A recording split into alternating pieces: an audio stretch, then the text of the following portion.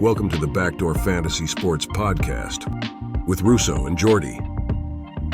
All right, guys, it is Thursday, October 10th, and this is our Starts of the Week episode. Russo and Jordy with Backdoor Fantasy Sports. We have an exciting game tonight, so we're going to preview the Thursday night football game. Great divisional game. The NFC West is looking like a real battle. You've got the Seahawks at 3-2. The 49ers desperately need a win. They do not want to go to 2-4. They're sitting at 2-3. The Cardinals are sitting at 2-3.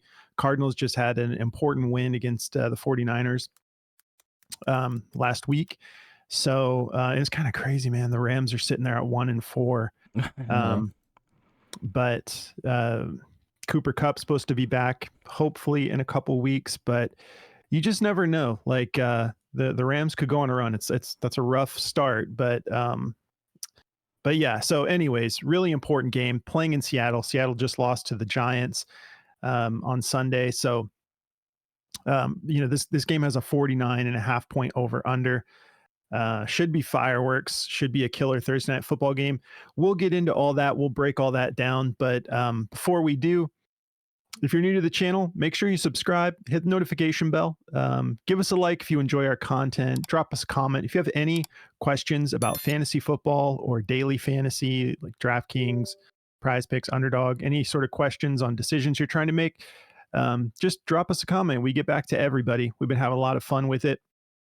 So yeah, this is our fantasy football show. We also have a picks show that is kind of our flagship show, and that episode is already out if you guys want to see what we're getting into on Underdog and Prize Picks for tonight's game.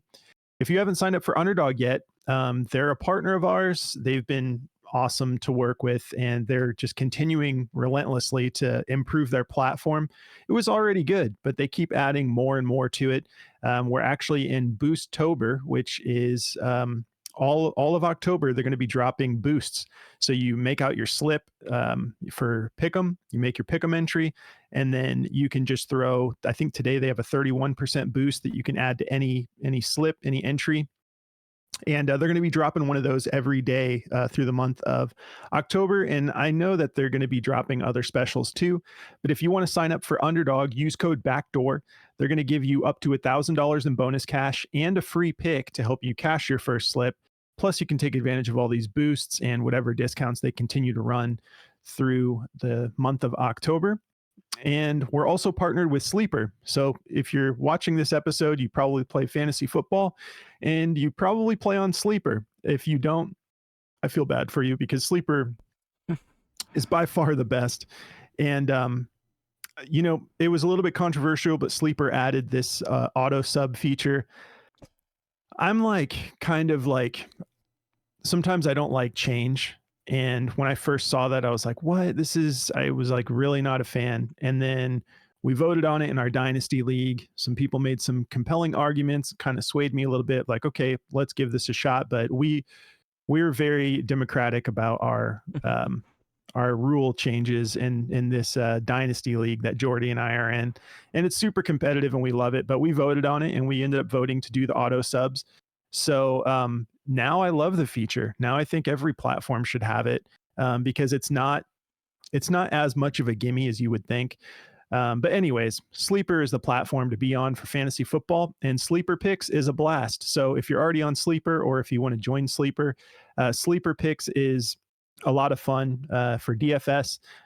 Plays as low as $1, just like Underdog. And if you use code BackdoorFS, they're going to give you a 100% deposit match up to $100, and they've got discounts on the board already.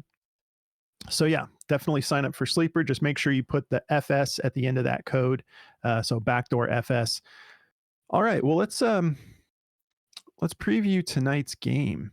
Okay. Let me pull up FanDuel real quick.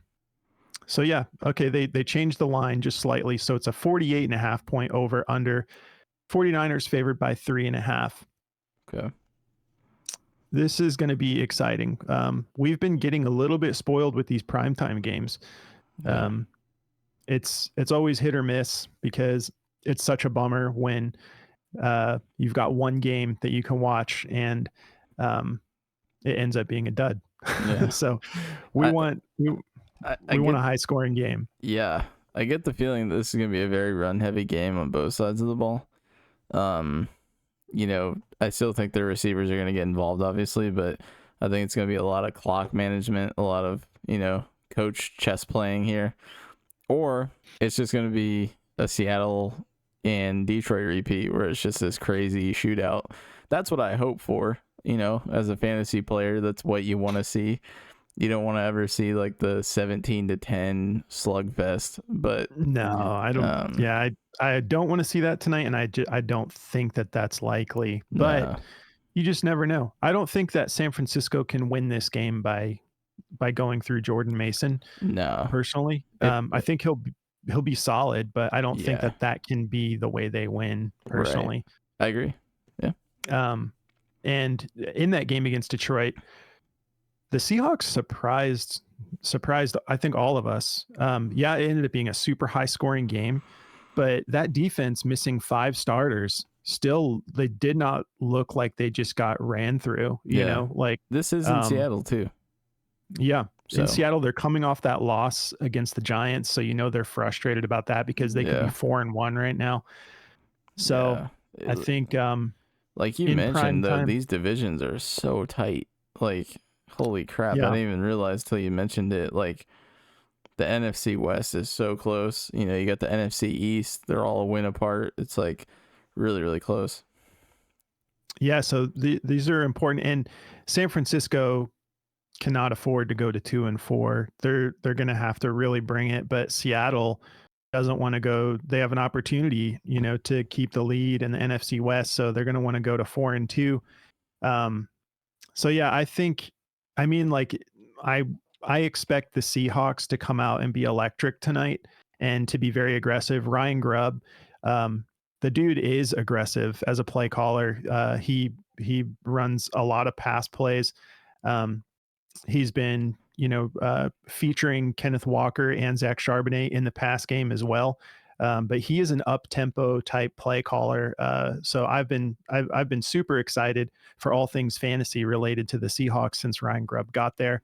But I think that they need to come out and have a bounce back game because that's just kind of unacceptable. The Giants controlled that whole game and they did not have Malik Neighbors. So I think that the Seahawks, especially at home, are going to want to make a statement and come away with a divisional win. So should be exciting. As far as fantasy implications, obviously Jordan Mason is just a healthy start week after week until Christian McCaffrey gets back. I don't think this is like a smash play for him personally in this game, but obviously he's a solid start. You're not going to not start him. I am high on Brandon Ayuk coming off that massive game. I'm a little apprehensive on Ayuk. It's one of those things where like he did have a great game, but you kind of made a good point earlier where I think Debo is going to get his this week, or I think maybe he had 1 reception in he'll get a little bit more involved. I wouldn't be surprised if it's like, okay, let's make sure we get Debo his touches. Yeah. But they just need to win this game. Yeah. That being said, I do think that Brandon Ayuk's lack of usage was just practice stuff. So him not practicing in the whole offseason. So I think it was just a timing thing, and I think they finally got it down against Arizona. So I don't know. It's a weird one. Yeah, Arizona really played a great game and really put things together towards the end of that game, especially coming off with that pick at the end. They go down, they score a touchdown, and then they get the pick on Brock Purdy. But San Francisco, they're not like in a place right now to have the luxury to be like, hey, let's just get Debo involved this game. That might be a part of the plan. Yeah. But I'm sure they it can't always is. Right. Yeah. They can't just go to 2-4.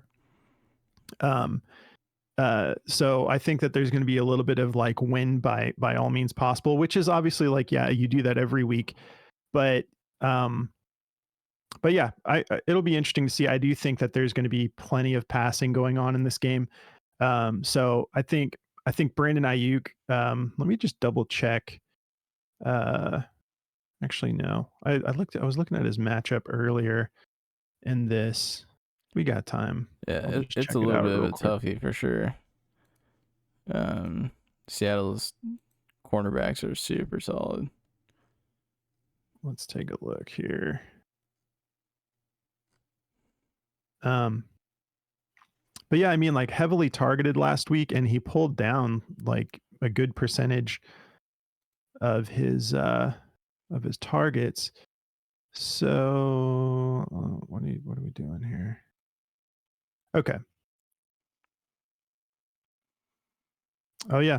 So it is a tough matchup. 6th in receiving yards allowed, according to Outlier. But yeah, coming off a game with 147 yards, I think that there will be a little bit more distribution, because that was kind of just weird, because like you thought Deebo Samuel was out last game. And I did too, at the beginning, and I was like, oh, Deebo hurt or something? He's done nothing. So I think they will get him involved, but I just don't think they can win this game just running the ball nonstop. But maybe I'm wrong. George Kittle's looked very, very good though.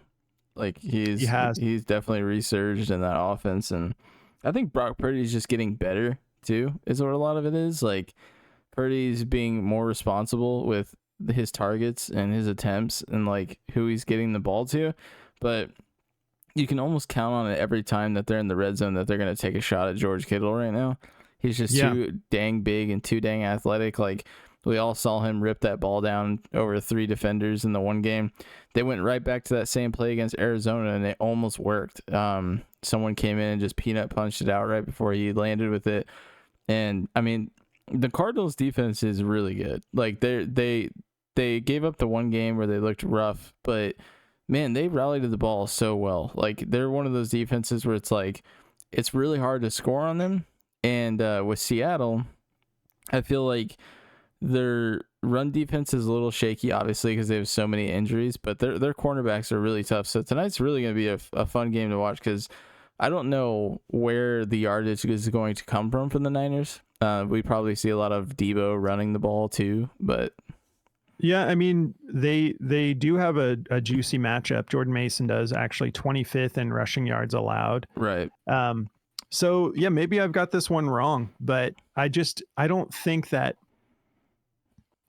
Yeah, we'll have to see. This could be a classic Kyle Shanahan. Like we're gonna, like you're saying, control the clock. We're gonna have long drives, running the clock, and we're gonna just run it down your throat. So it could be that type of approach for sure. I just think that coming off of the situation that Seattle did last week, losing to the Giants, I would just be kind of surprised if Ryan Grubb doesn't come out and just try to really get after it, putting points on the board. So if they're able to be successful with that, let's take a look real quick.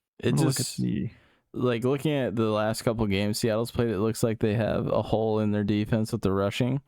Like they just gave up 175 yards to the Giants on the ground.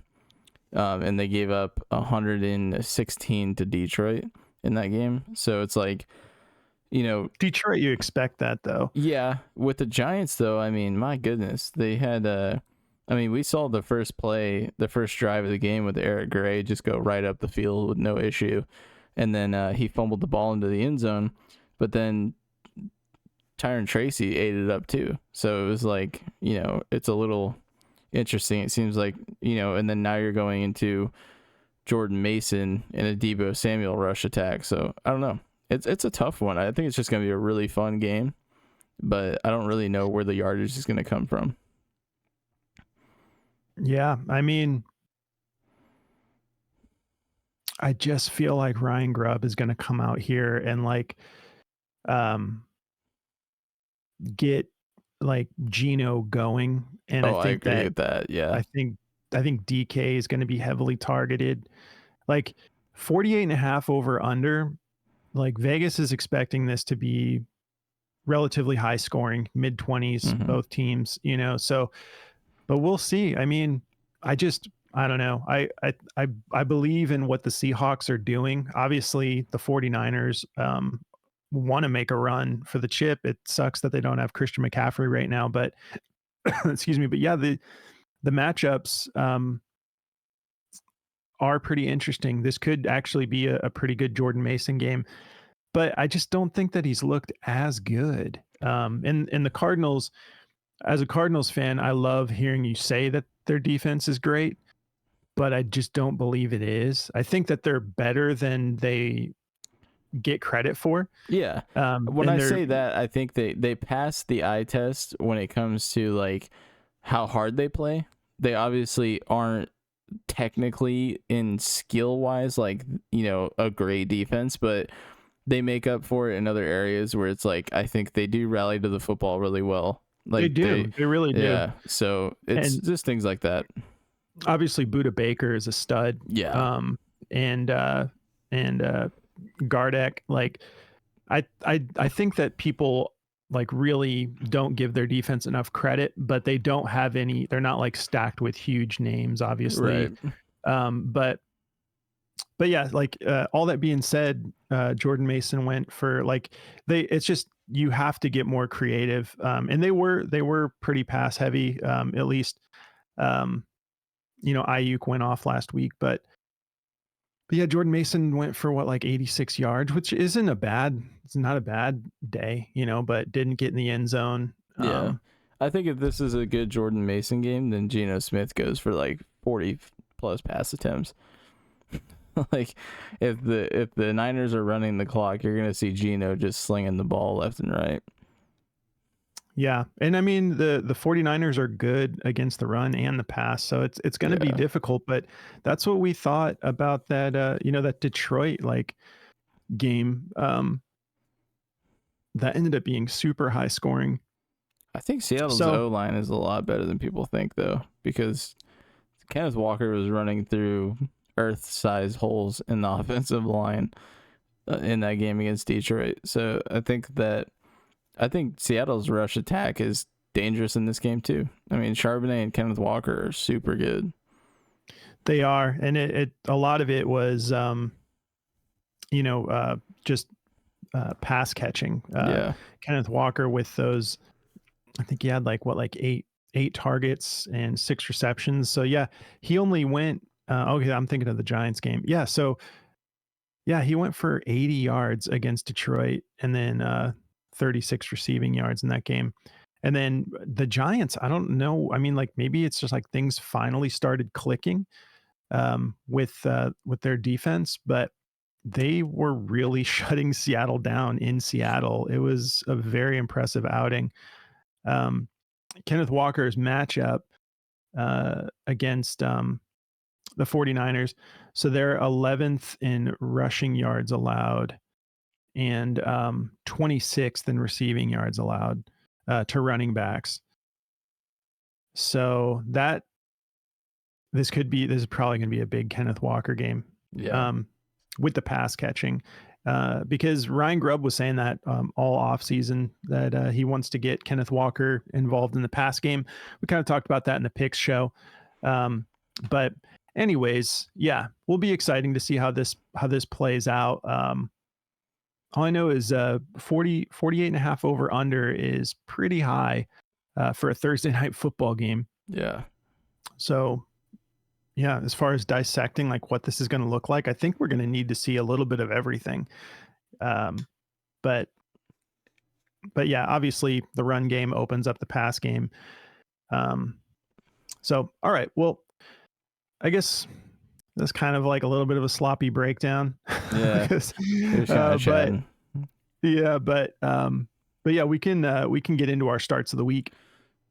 Who are you taking in this game? Who do you got winning?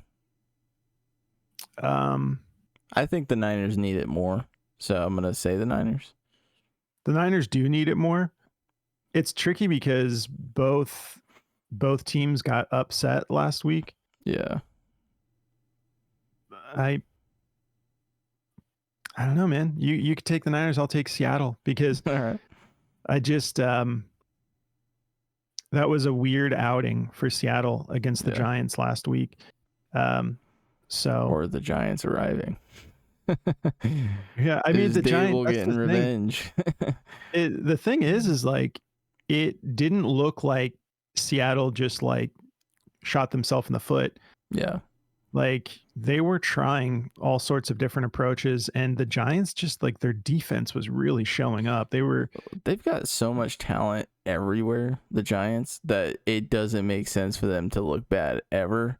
I think Daniel Jones is good enough to where they should be winning games. Like, when you look at their offense, like, it is stacked with first round talent, high draft talent. Like, they've got a lot of really good pieces everywhere. So, this episode's not about the Giants, but they definitely look good. I mean, like, yes and no. Like, I believe in Tyrone Tracy more than I believe in Devin Singletary at this point. Well, yeah, I think that's what I mean. Like, when you look at like the talent, like Malik Neighbors, Robinson, yeah, and like they didn't have Malik Neighbors last week. That's what's crazy, right? But they had Darius Slayton, and Darius Slayton's pretty solid too. I think like that dude has always been pretty good, and I think he's always been held back by quarterback play. But Daniel Jones is kind of finding a rhythm right now, so he's kind of, at least he did in one game. Yeah, like it was a very impressive win, especially in Seattle without Malik Neighbors. But sometimes it's like, Malik Neighbors was getting like 18 targets a game, right? And then they get into a situation where you have to find a different way to do this. And so maybe this was good for the Giants overall to take a game without Malik Neighbors. Yeah. And say like, okay, when he comes back, we still want an even attack, So it's like, and we've seen that before when you see a star go down and then the team finds a way to win, but it's like they had to step things up, and it's like you can't just hyper focus on one talent. So maybe, but we'll definitely be interesting. Again, we're just talking about the Giants for this game, but either way, it's like Seattle lost that game. So I think with the home field advantage, I'll take the underdogs in this one, which according to Vegas are the Seahawks. But in that game, I don't know if the Giants just had DK locked up, but he wasn't getting like super involved. Like I expect to see Ryan Grubb like having a heavy outing for DK, Kenneth Walker.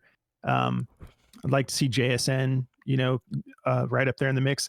Like JSN is getting like healthy targets each week right now. It's kind of, but I like all this talk about like JSN taking over the one, like that's not going to happen in my opinion. Like he doesn't need to be relevant for fantasy. I have JSN in Dynasty, and I love seeing him continue on this path up. Like we've compared him to like a Jordan Addison type situation or a Devonta Smith. It's just like Ayuk and Debo, it's like some weeks they're both going to do well. Some weeks one's going to do great. The other one's going to have a slow week. It's just whatever the game script is, honestly. Yeah, but for full PPR, I think we can see like a pretty steady, like these guys can coexist with DK Metcalf and JSN in the sense that like they can just be peppering JSN, and then you get like 8 or 9 receptions for like 60 yards, and maybe he gets in the end zone, maybe he doesn't. Yeah, as where DK, the Addison I like comparison DK being better. The focal point.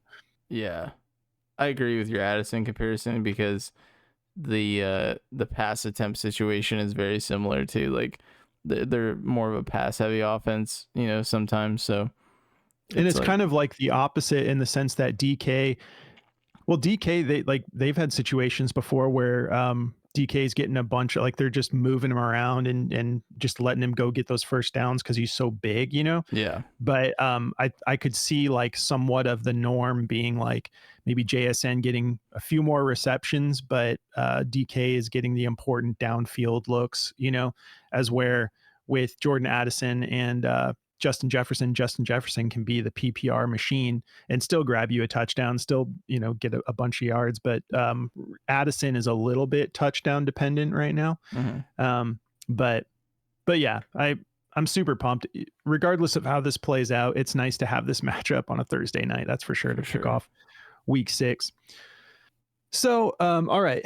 Let us know what you think. in the comments, like, who do you got? Because we're kind of back and forth on this one. All right. So you want to kick it off for us with the start of the week? Sure. You want to start quarterback or? Yeah, let's do quarterbacks. Cool. Let's talk about why you should be using Chalkboard, the daily fantasy platform that runs specials every day of the week.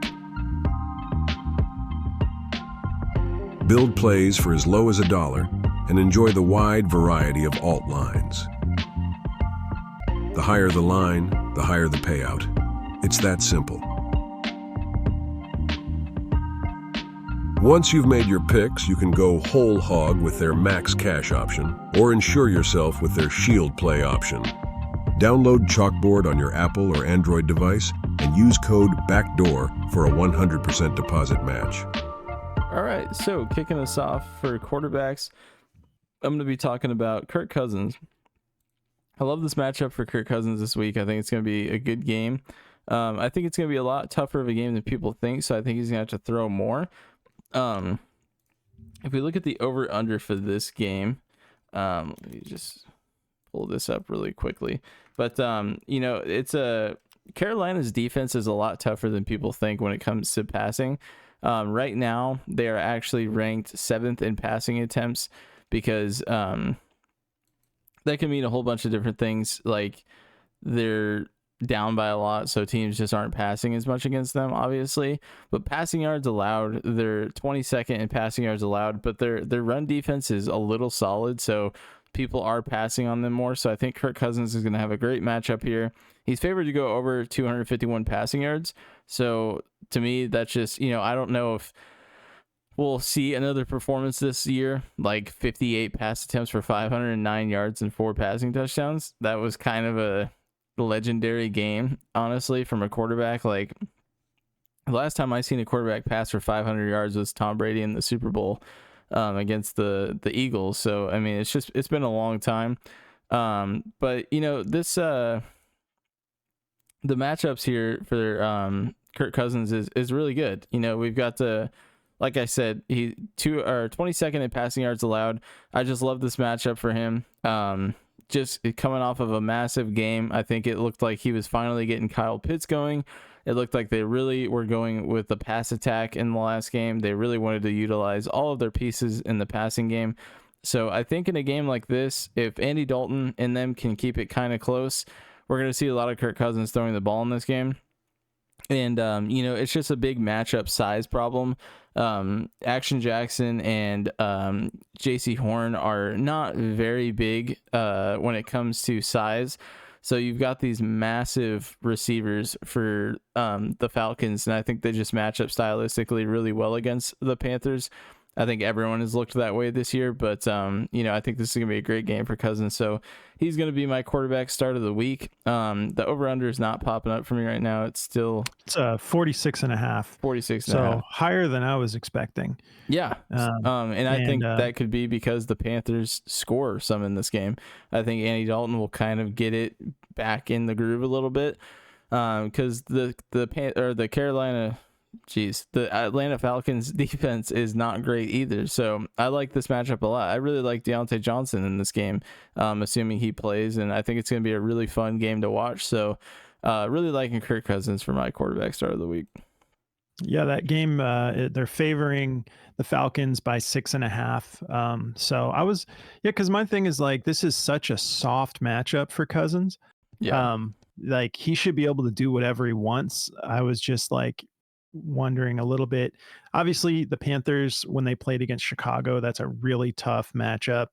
They're, basically like the run funnel instead of the pass funnel type defense. I just kind of underestimated how locked down that secondary is for Chicago.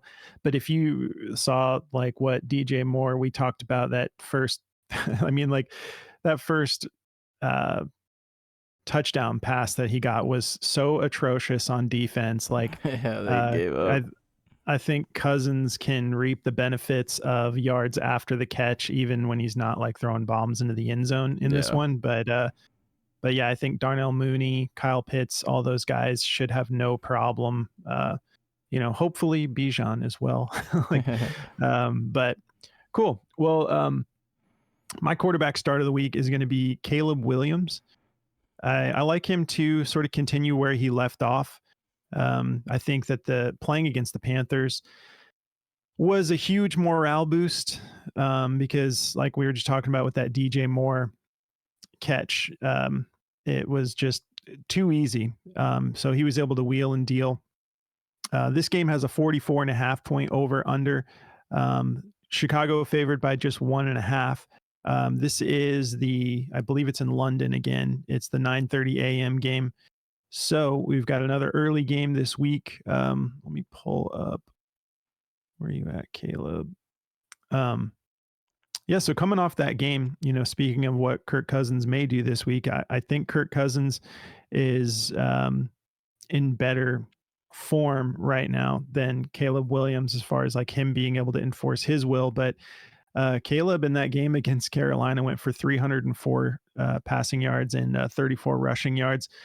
Passing yards allowed 32nd. So bottom of the barrel is what he's got this week against Jacksonville. And even though they're playing in London, Chicago is the home team advantage. I don't know how much that makes a difference when you're playing in a totally different part of the world. But yeah, I like him to get this done. And it just looked like they really needed a game like this. We saw some of the frustration from DJ Moore weeks past where he's getting a separation and Caleb isn't finding him, but it looked like they really needed that game. And he's actually, like it doesn't look like we put a lot of pressure on these number one overall picks. And, they got rid of Justin Fields and moved him in. And it's like, it's easy for the consensus to start sort of hating on someone like Caleb Williams. And people just love to call something a bust. He's obviously not a bust, but he's actually played pretty decent on the 22nd against Indiana. That game was awesome, super exciting, but he put up 363 passing yards on Indiana, which was also another soft matchup. So he's doing well when the opportunity presents itself. So 32nd passing yards allowed, mid 40s over under. I like him to be able to get this done. I kind of bummed, however, because in the same game, Brian Thomas Jr., I'm really nervous about. And I really wanted to start him this week in Dynasty, but I'm trying to figure out if I should or not, because that's just a really tough matchup on defense. But yeah, I think let me just see real quick as far as passing touchdowns. Yeah, so Jacksonville is 28th in passing touchdowns allowed. So he should be able to get a couple connections. Maybe we see Keenan Allen get in the end zone this week. I expect DJ Moore to definitely get in the end zone, though, and have a pretty big game. And then, I mean, gosh, who knows what DeAndre Swift is going to be able to do in this game with this matchup. But and also, Jacksonville is sort of figuring things out a little bit. It just like they're getting a little bit better each week. But I think they need to give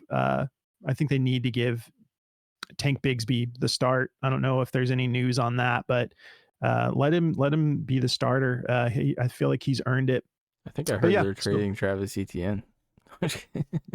Oh, I was like, really? That's breaking news. But yeah, give Tank the start and just see how it goes for him. I think he's earned it and he's looking really good. But man, I'll probably end up still starting Brian Thomas Jr., but that is just scary when you see how they shut down Deontay Johnson last week. Yeah. The Bears defense is no joke. So yeah, anyways, Caleb, it's going to be my start of the week. Cool. What do you want to do next? Well, let's move on to running backs because I'm excited to talk about mine. Let's do it. I'm taking Derrick Henry in this game against Washington. Surprise, surprise. Really good game script for Derrick Henry here. They're going to need to control the clock in this game. If they don't, it's going to be rough. Washington is really, really come online. I mean, they're making me eat my words completely. I was saying before the season started, I thought Jaden Daniels was going to be really good, but I said I thought they would be an below 500 team. And right now, I mean, they're at the top of the division and they look really, really good. I think this is going to be a true test for them in this game. I think it's going to be probably their hardest matchup yet stylistically, because the Ravens are so good at, everything on the defensive side of the ball. Their offense is really, really talented right now. The RPO with the Ravens is the best in the game. You just got to make a decision, and if you're wrong, Lamar is going to be running for 40 yards or Derrick Henry is going to run all the way down the field. So it's really, really tough. In this game, I think Derrick Henry has one of the best matchups he's going to have all year. 23rd in touchdowns allowed to running backs. So a guy who's been getting 1 to 2 touchdowns a game. He hasn't gone a single game this year without scoring. I expect him to get 1 to 2 touchdowns in this game as well. I think it's going to be a really interesting game. I'm just so excited to watch this game in particular. I think, it's one of the early window games, so it's going to be a lot of fun. 22nd in rushing yards allowed, giving up a value of 130 rushing yards per game. 13th in receiving yards allowed to running backs as well. Derrick Henry hasn't done a whole lot of pass catching this year, but my God, he went for 209 rushing and receiving yards against Buffalo. Last week against Cincinnati, he went for 92 rushing yards.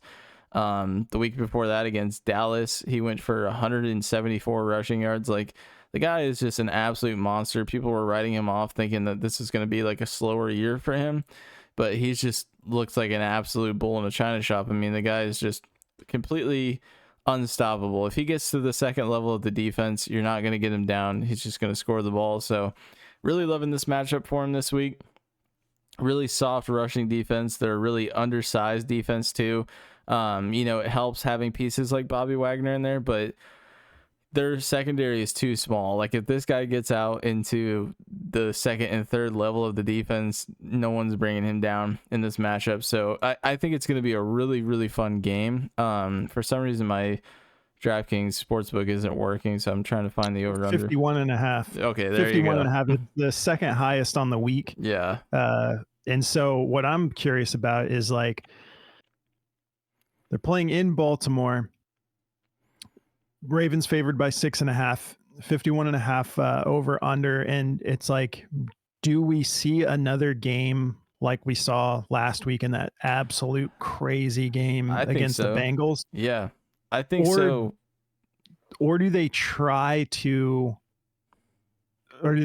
slow this game down a little bit? Like, as far as like getting Derrick Henry more involved and having longer drives, like, either way. Yeah. It's going to be up to Washington. What Washington's doing. Yeah. It's going to be up to Washington to go win this game, right? I think the Ravens are going to be in the lead. I think they'll get out to an early lead. I think they'll probably score on the first, 3 drives, and then it's going to be up to Washington to play catch up and try to take the lead back. So I think it's going to be a really fun game in that aspect, where, like, the Commanders are coming back trying to get this game. Yeah, on the defensive side of the ball, there's no crazy injuries for the Commanders. Their defense just really is not performing well at all. I think it's probably one of the weaker points. They don't tackle well either. If you guys watch the Commanders, even their coach has said we've got to tackle better. So, like I said, really good matchup for Derrick Henry. So that's what I'm going with for running back this week. Cool. All right. Yeah, this is going to be interesting. I could see Washington actually coming out and I think, like, whoever gets the ball first, I wouldn't be surprised. Like, whoever wins the toss, I wouldn't be surprised if they're able to get some points on the board pretty quick, because this Commanders offense has been so hard for teams to dial in. But the Ravens, they've got that pass funnel defense, so I don't know. It'll be interesting to see how the Ravens scheme up. I just can't believe we're talking about the Commanders like this. I know. At 4-1. I think Harbaugh is going to bring everything at Jaden Daniels. I think he'll probably blitz him a ton and try to really rattle him. But we said this before, though, where, like, this is a nightmare coaching matchup for Jaden Daniels. Like, Harbaugh is going to really bring it at this kid, but he's stood the test, like he's just so good at scrambling though. Yeah. And like, are the Ravens, is the Ravens defense going to be ready for this no huddle exhaust you type offense? Like, so I can't wait for this. Man, I get so jealous of these Jaden Daniels owners, man. This has played out perfect for people who went and traded for him. All right. So my running back start of the week is going to be Bijan Robinson. I really need Bijan to have a solid game. Are you trying to game. manifest this? Or? I am manifesting it. Let's talk about his snaps for like a little bit here. The first 3 games he was getting heavy usage. Week 1, 89% of snaps, and then we see 75% in week 2, 82% in week 3, and then week 4 he did have a little bit of an injury. That wasn't bad. He was just saying, I'm just like got some bruises that need to heal up and stuff. But he was, questionable tags for practice and stuff like that. So then, week 4, he gets 64% of snaps. And then against Tampa Bay, 67% of snaps. Still, when he's on the field, he's catching the ball, he's running the ball. I really hope that this is an opportunity for him to just pop off here against Carolina. He's got a really killer matchup. The Panthers are 30th in rushing yards allowed to running backs and 20th in receiving yards allowed. So I would like to see the Falcons. I mean, after the way it looked against the Bears for Carolina last week, I would like to see the Falcons get a lead and just run the ball quite a bit in this game. I still think Kirk Cousins. I think Kirk Cousins has a really safe floor in this game, and he could end up just popping off and dishing it. But 46.5 point over under. Falcons favored by 6.5. I think this will be a good game for Bijan, and we could see a pretty decent game from Tyler Algier. We still just don't totally know what this running back split is going to look like, because when Algier has been getting extra snaps, even in week, I think it was week 4 where he out snapped Bijan. That was also Bijan dealing with a little bit of an injury. So if Bijan is healthy and totally good to go in this soft matchup, I'd like to think that we'll be back to seeing Bijan getting the high 70s, low 80s percentage of snaps. And love to see him get in the end zone here. Let's take a look real quick at the touchdowns allowed. Yeah, touchdowns allowed to running backs. Carolina is 32nd. So he's got every reason to pop off this week. You're not starting Bijan anyways, but I really think this could be the week that is like, okay, like this looks a little bit more like week 1. This looks a little bit more like what we were told, the way he was going to be used and utilized. So I like Bijan to bounce back and have a solid week this week. I'm going to go wide receivers. Let's do it. Wide receiver for me this week. Surprise, surprise. I'm taking my man Mike Evans again. I really like Mike Evans in this matchup. I think it's going to be a really great game. Every time this is a matchup between him and Lattimore, it's just absolute fireworks. One of them either gets punched in the face or one of them gets, the better of the other. But this year, Lattimore has definitely not looked as locked down as before. He's definitely top corner in the league, no doubt. But this is going to be a really, really fun matchup. I can't wait. I always love to watch these Tampa Bay and Saint matchups. The Saints, they have a really good record against Tampa Bay. I think it's going to be a tough game. Obviously, they don't have Derek Carr. They're starting Spencer Rattler this week. So it's going to be a really interesting game. I'm really, really excited to watch this one. But I do like Mike Evans in this game. Mike Evans, I mean, the dude's just been playing absolutely great. Again, I mean, the dude every year is super solid. He's over 1,000 yards every single year. This year, he's looking like he's going to do the same thing.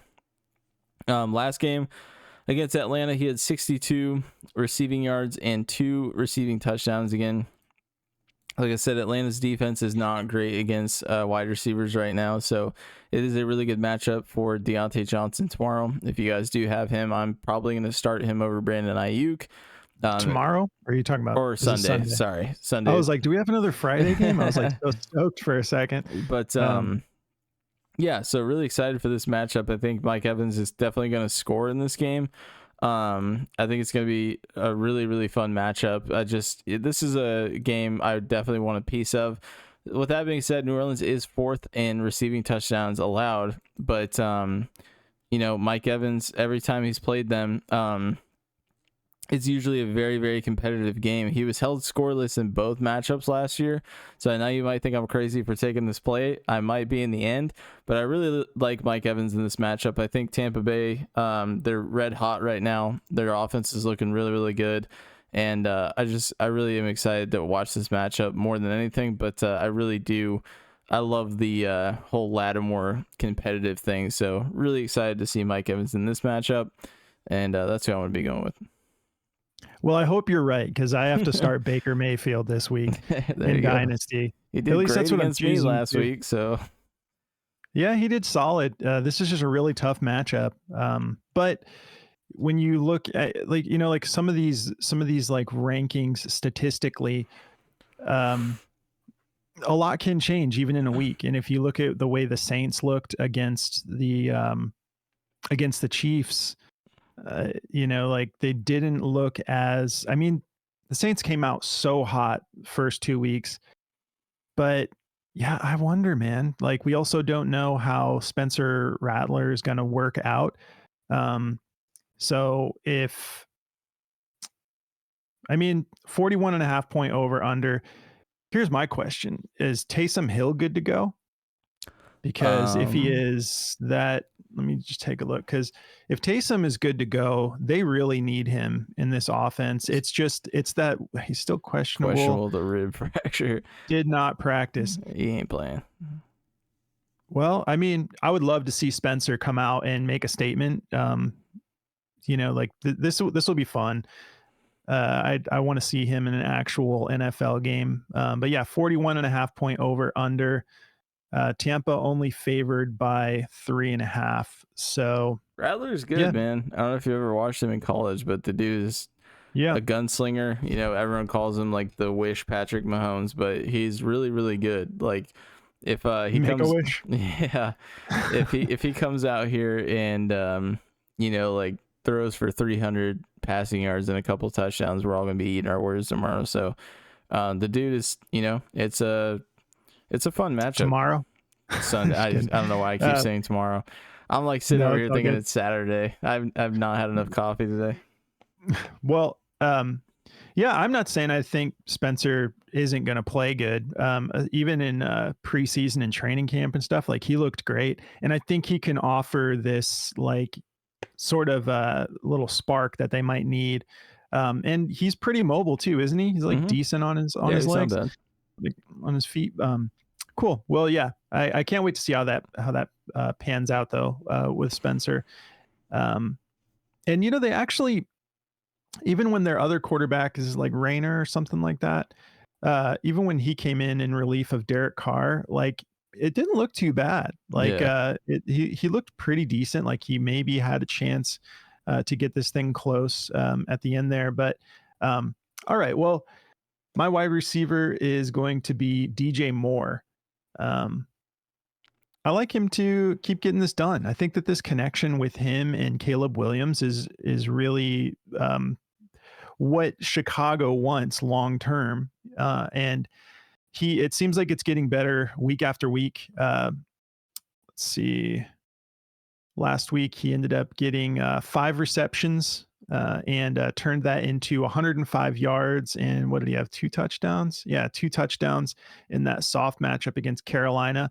Well, he has another soft matchup here in this Jacksonville game. The only thing that makes me a little bit concerned is like, the whole idea that these London games, they're dealing with a little bit of like jet lag, and they traveled, flew over the ocean and stuff. And so these games overseas tend to be a little bit more run heavy.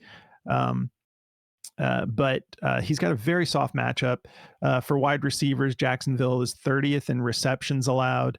And then take a look, 31st in receiving yards allowed and 25th in touchdowns allowed to wide receivers. So the matchup is great.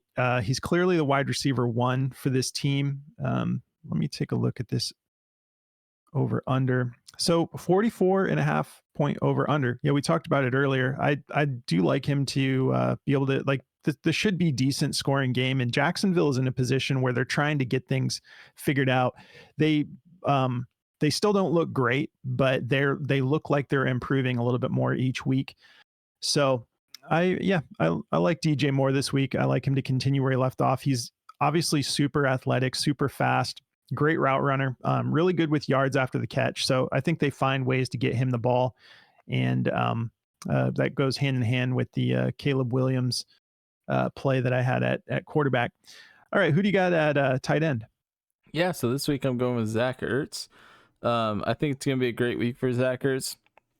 He's second in targets for Washington, and they're going into a defense that is a pass funnel. So for someone like Zach Ertz, this is a really good situation because he's just a really he's a great player at finding the soft spot in the defense and just kind of sitting down with the ball. You know, he's a big reception guy. So I don't think he's going to – I could see him getting a touchdown, but I think it's going to be more of just like a very heavy reception workload and receiving yard game for him. Hopefully he finds his way into the end zone. That would be awesome. But Baltimore is 31st in receiving yards allowed to tight ends. And they're also, when it comes to receptions, they're 29th because, like I said, they're giving up. They kind of do the same thing that the like what you're trying to see the Cardinals do, where it's like they allow you to catch the ball, but then they're rallying to the football. The Ravens are doing that at a very, very high level right now. Probably the best in the league when it comes to that rally defense, where, you know, like Russo said it 1,000 times, they're a pass funnel, so they're going to let you catch the ball, but they're going to come stop you. They'll give you everything underneath, and they'll just kind of rally to the football. In this game, I think it's going to be really interesting because Washington does have a rush attack, right? They have Jaden Daniels, they have Bijan Robinson, and they have Austin Eckler and the other guy as well. Jeremy McNichols. Yeah, McNichols. So they're a very good running team. So I think it's going to open up the passing game a lot for these guys, and I think Zach Ertz is going to be a big part of that. Like I said, when it comes to the target share, Zach Ertz is actually second on the team with 24 targets. The closest person to him is Zacchaeus Oldemide. How you say his name? But who is that? I don't know, but he's got another tight end. He's got 15 targets. No, he's a wide receiver. And then it's not even really close after that. So you got Terry McLaurin with 36 targets, Zach Ertz, Zacchaeus, whoever that is. And yeah, so Zach Ertz is a big part of this. And I think it was a smart move by the Washington Commanders. It's always a smart thing to, when you have a rookie quarterback, go get him a veteran tight end. It works every time. Like, it worked. It never fails the test of time. If you have a rookie quarterback, you get him a tight end who knows how to find the soft spot in the defense. It's easy receptions. Zach Ertz has done it a lot in his career, so he's really been helping Jaden Daniels out a lot. I love this matchup. I think it's going to be a really good one for him, and hopefully, like I said, he can get in the end zone, but I think he's really going to capitalize heavily on the targets and the receptions in this game. He's had some big games this year against the Giants. He went for 62 yards and a touchdown. He also had 4 receptions in that game, 5 receptions against Cincinnati. He went for 38 receiving yards in that game as well. So the dude is definitely balling out this year. I think, but Baltimore's number 1 in touchdowns allowed against tight ends. Like I said, they're letting you catch the ball, but they're not letting you get further than that. So it's going to be an interesting matchup. I just want every piece of this game, to be honest. It's going to be such a fun game. So going with Zach Ertz this week. Who you got? Enjoy sports betting and daily fantasy? Well, Daily Grind is here to help you beat the books. They make premium DFS tools that do all the work for you, comparing lines across just about every platform, looking for discrepancies for you to take advantage of. Start off your research with their DFS Optimizer, a tool that finds all the best plays and rates them with their odds to hit indicator. Or if you'd rather have them make your entire slip for you, they have you covered with their AI slip generator. They'll even notify you when a new slip is available. Go to dgfantasy.com and use code Backdoor. They will give you 25% off your first subscription all the way up to a year if you want. That's dgfantasy.com, code Backdoor. Yeah, and another thing about Zach Ertz is he's been playing with Cliff Kingsbury for a while, so they can really capitalize on that no-huddle, fast-paced offense when you've got guys who know the system so well. So I think that's a big part of why Cliff wanted to go and get Zach Ertz, is like he needs some guys who are just very familiar with his approach. And Cliff Kingsbury has absolutely redeemed himself, in my opinion, this year. He just, I, for one, talked so much trash about Cliff when he was the head coach of the Cardinals, because I was super excited when he first got there, and then it just didn't really pan out. And there was like drama with Kyler Murray and stuff. And so he didn't really make a great head coach, at least not in that window. I know he's going to get a head coaching offer next year if he keeps this up with Washington, but we've never seen Cliff be able to put together his air raid type offense in the NFL yet. And this has been like a delightful surprise on the year, seeing Washington look this scary on offense. No one saw this coming. I mean, we believed in Jaden Daniels. We thought like the future looks bright. Like we're excited about what they're going to be doing with Cliff Kingsbury. I wasn't expecting it to come together this fast. So super exciting for football overall. And then, yeah, when you hear us talk about pass funnel, it's not that the defense just like lets them catch the ball. It's like they still try to not let them catch the ball, but like their strength is in the defending the run. And so teams are not and not saying it to you, but just for the viewers, like teams are just not going to beat the Ravens by running all over them. So it's like the Detroit Lions are the same way. Yeah. Very strong up front. Yeah, the Ravens play one-on-one, right? So it's like they're giving you man-to-man, and they're letting you take the inside if you want it, but God help you if you do, because most of the time they're just cracking receivers and the ball's coming out. So it's like, they're just really, really good.